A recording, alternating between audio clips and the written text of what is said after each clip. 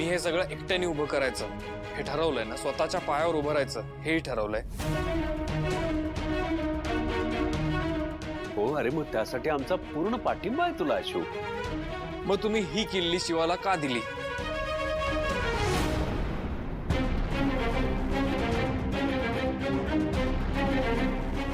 अशोक, मला तुझी अवस्था नाही बघवली म्हणून दिली. भाऊ, माझी जी अवस्था आहे ना ते मी स्वतःवर ओढून घेतली असं समजा. माझा चॉईस आहे तो. आणि ही जी काय आता परिस्थिती आहे ती बदलेल ना. हे चित्र बदलेल, नक्की बदलेल. तंबू, तुला खरंच जमणार आहे का पण हे सगळं?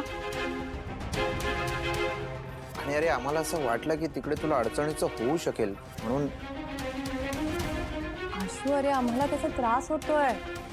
हे बघ काकू, मला माहिती आहे की हे बघायला सगळं जरा त्रासदायक आहे, पण या कम्फर्टच्याच बाहेर पडायचं आहे ना मला. तोच तर पॉइंट आहे सगळ्याचा. आणि जर मी बाहेर पडलो नाही तर मी प्रगती कशी करीन? मी स्वतःच्या पायावर उभं कसं राहीन? का समजवताय तुम्ही त्याला?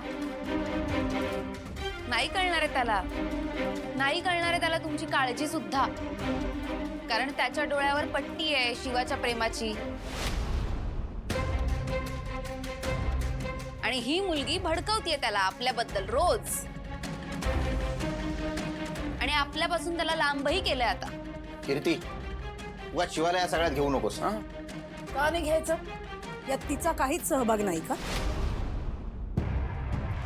तू ज्या पद्धतीने वस्तीत वाढलीस तसेच दिवस आशूनही काढायचे का? तू समजावू शकत नव्हतीस त्याला?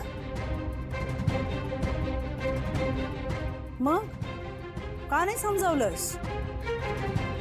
आमचं तर तो काही ऐकत नाहीये. तुझं ऐकतोय ना, मग तू का नाही सांगितलंस? आई, तुला नक्की शिवाची प्रॉब्लेम काय? आणि तुला काय वाटतं तिने मला समजवायचा प्रयत्न नसेल केला? ऑफकोर्स तिने मला समजावलंय. आणि तुला काय वाटतं मीच एकटा तिकडे त्रास सहन करतो आणि ती तिकडे लहानपणापासून राहिली आहे म्हणून ती काही आरामात राहते? असं काही नाहीये. ती माझी खूप काळजी घेते.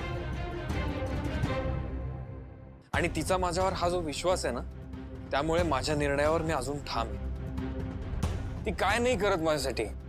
तिचं किती प्रेम आहे माझ्यावर माहितीये तुला? तिचं इतकं प्रेम आहे की ती मला सोडायला तयार होते. अजून काय पाहिजे? मग सोडायचं होतं.